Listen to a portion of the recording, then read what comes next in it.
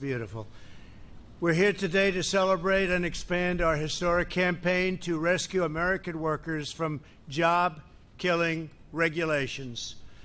Before I came into office, American workers were smothered by merciless avalanche of wasteful and expensive and intrusive federal regulation.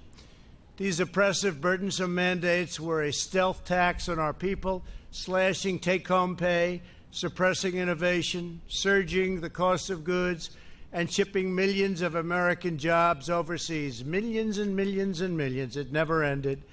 Nearly 4 years ago, we ended this regulatory assault on the American worker, and we launched the most dramatic regulatory relief campaign in American history by far. No other administration has done anywhere near. Thank you. At the heart of this effort was a revolutionary promise. For every one new regulation issued, we pledged that 2 federal regulations would be permanently removed.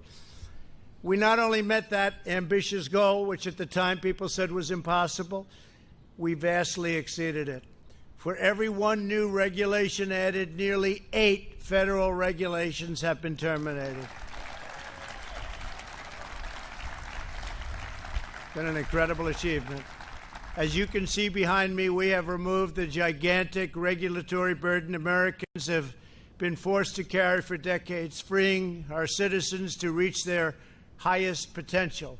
Our historic regulatory relief is providing the average American household an extra $3,100 every single year, and we're going up from that number.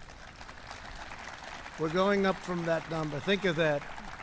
$3,100 per household. Joining us today, what we have achieved together is truly without precedent. Never happened before. The previous administration added over 16,000 pages of heavy-handed regulations to the Federal Register. That's why nothing got done. Under my administration, we have removed nearly 25,000 pages of job-destroying regulations, more than any other president by far in the history of our country, whether it was 4 years, 8 years, or in one case, more than 8 years. The prior administration piled up more than 600 major new regulations, a cruel and punishing regulatory burden that cost the average American an additional $2,300 per year. Think of that. The average American, $2,300 regulation, hitting low-income Americans by far the hardest. We're reclaiming America's proud heritage as a nation of builders. My administration has also eliminated massive regulatory barriers in our battle against the China virus. These actions save countless lives, speeding up the production of equipment. That means ventilators like nobody's ever seen before. Probably the greatest source of manufacturing, the greatest achievement since World War II. We're now making ventilators for countries all over the world.